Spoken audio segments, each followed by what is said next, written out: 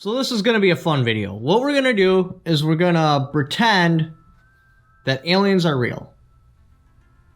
There's life on other planets and they've come to our planet to investigate. And then we're going to look at the logic of why and how. So anyway, the first thing is we sent off our first radio transmission in the early 1900s. Saying they picked up on that first one and was like, Carl, what's that? They would have to be within 25 light years. Saying they can travel at the speed of light because they would have to go 25 light years out, and then they'd have to travel at 25 light years in to get to us. Now, say they could open up a wormhole, then you could expand that net out to 50 light years. And they'd have to have known we were here in order to come here because they didn't send an unmanned craft to Roswell that crashed. They actually sent a craft with 2 aliens in it. So basically, they would have to have picked up our transmission. For the sake of argument, we're going to say they can open wormholes. They would have to be advanced enough to be able to open a wormhole to come here. And they would have to bring a full loadout of anal probing gear because you can't put the square block in the round hole and you can't put the round block in the square hole and you have no idea what the rectum might look like. So anyway, they opened up a wormhole 50 light years away, got within, I'd probably say the edge of the solar system, and then just traveled at near light speed to get here because you can't go past light speed. The only way you can go past light speed is using a wormhole because then you're not actually going faster than light speed, you're just bringing the distances closer together. So anyway, they open up a wormhole, which we would have picked up. I mean, the gravitational fields, the electronic fields in the 50s, yeah. That would have been so noticeable, it would have been ridiculous. Then they traveled at light speed, which somebody would have picked up on a telescope. Came into Earth. Now, their ships, the pictures that you always see, never have thrusters. So what they probably would have had to have done was manipulate space-time. Basically pile up space-time behind them and stretch it out in front of them so they ride the wave in kind of like a surfer. Which would have been extremely devastating to anything they flew over. Unless they could somehow trap it in a field, but still that would give off more magnetic evidence and stuff that they've entered in. And they haven't made they haven't come on C-SPAN and been like, hey, yeah, we're life from other planets. We're here. We're peaceful. So obviously they're trying to maintain some sort of stealth. So, if they were within 50 or 25 light years, we would inevitably be picking up their radio traffic or their communications, or we would be able to see light pollution from their planets. Because we have the technology right now. I should be accidentally picking up their transmissions when I turn on my FM radio. Or maybe they're on an AM band. The point is, we would know. Without a doubt. It would be undeniable. So let's say they flew in. Now, they couldn't open a wormhole anywhere close to us without us knowing. It's just not possible. I mean, because of how violent it would be to open, maybe they've got past that. But ripping open a space-time and flying through it would require some ridiculous amount of power that would be extremely noticeable. And if they are flying by manipulating space-time, we should see, they call it lensing, around black holes and stuff, because it bends the light. The light would look, the pictures of the spacecraft would look drastically different because you'd see lensing around it.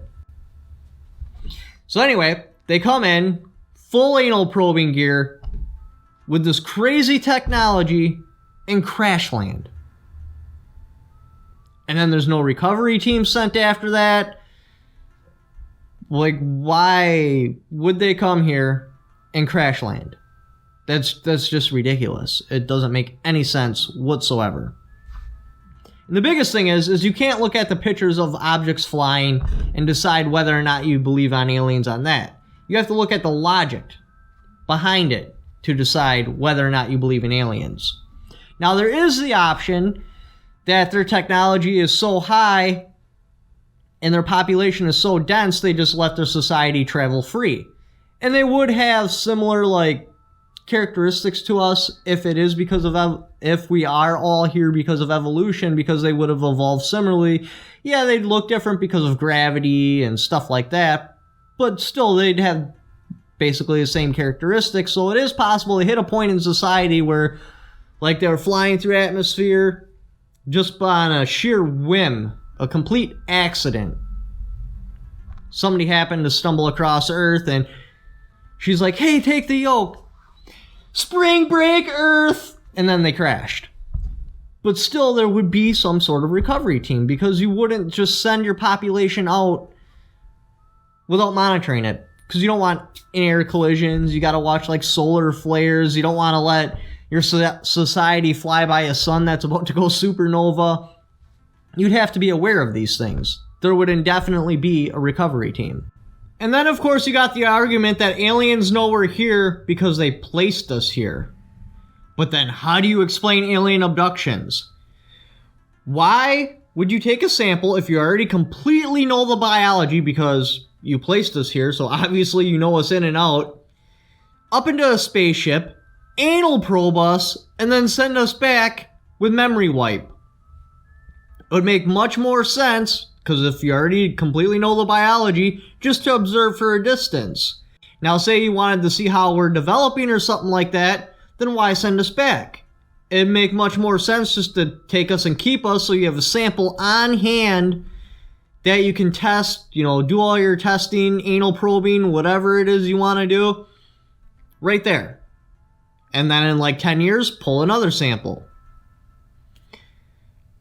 And why abduct us? Like, I could understand, like, if you're trying to give us some sort of valuable piece of information, but then why the memory loss?